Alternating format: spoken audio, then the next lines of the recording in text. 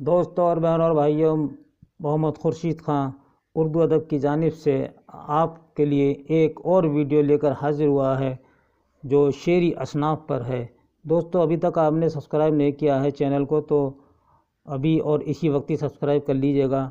ہو سکتا ہے کہ آپ کے لائک اور شیئر کرنے سے کسی دوسرے امیدوار کا بھلا ہو جائے، تو آپ ضرور اس کو ویڈیو کو لائک کریں اور شیئر کریں۔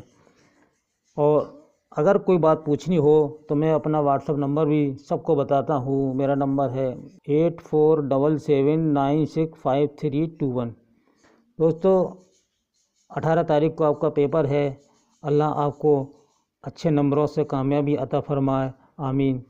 تو آئیے ہم آپ کو شعری اصناف پر تھوڑا سا بتا دیتے ہیں، یعنی کہ ہم پڑھا چکے ہیں اس بارے میں، اور آج پھر آپ کو دہرا دیتے ہیں، ریویژن کر لیجئے گا۔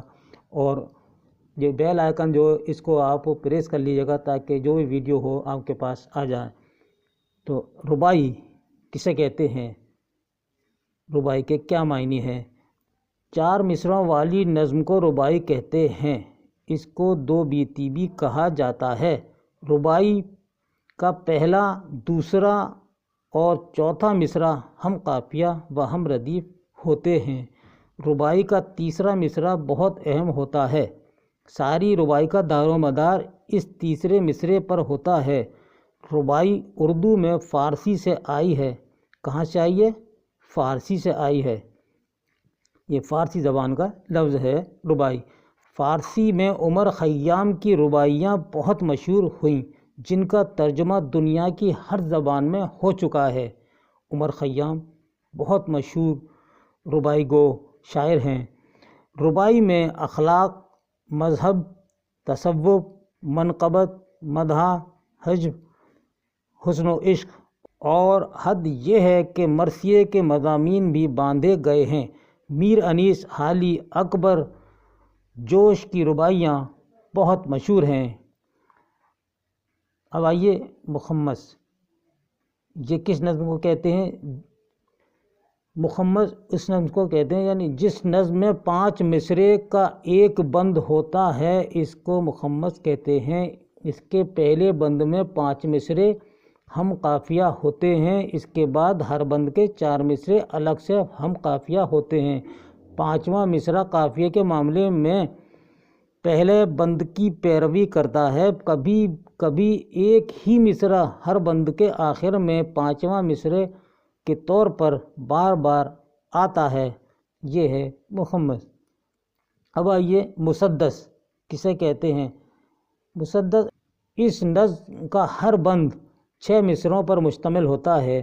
سوال اگر آتا ہے کہ وہ کون سی نظم ہے جس کا ہر بند میں 6 مصرعے ہوتے ہیں، اس کو کیا کہتے ہیں؟ تو جواب دیجیے گا مسدس کہتے ہیں۔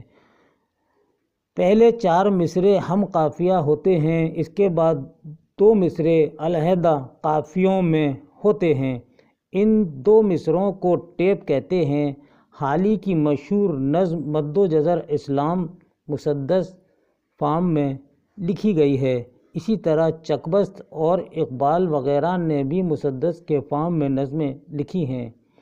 یعنی حالی نے جو مسدس مد و جزر اسلام لکھی تھی وہ سر سید احمد خان کی فرمائش پر لکھی تھی۔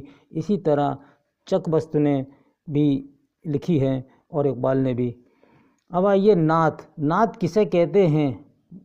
جن اشعار میں سرور کائنات حضرت محمد صلی اللہ علیہ وسلم کی شان اور عقیدت کا ذکر ہو انہیں نعتیہ اشعار کہتے ہیں۔ نعت غزل کے انداز پر ہوتی ہے، اس میں مطلع اور مقطع بھی ہوتا ہے۔ اب اسی طرح ہے منقبت۔ منقبت کسے کہتے ہیں؟ صحابہ کرام، بزرگان دین اور صوفہ کرام کی شان میں کہے گئے کلام کو منقبت کہتے ہیں، اور خدائے بزرگ و برتر کی شان میں کہا گیا کلام حمد کہلاتا ہے۔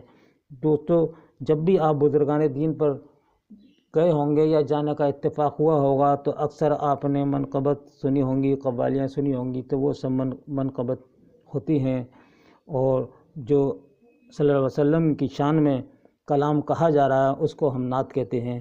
تو اس بات کو آپ یاد رکھیے گا۔ اس کے ساتھ ہی اپنے دوست محمد خورشید خان کو اجازت دیجیے۔ اللہ حافظ۔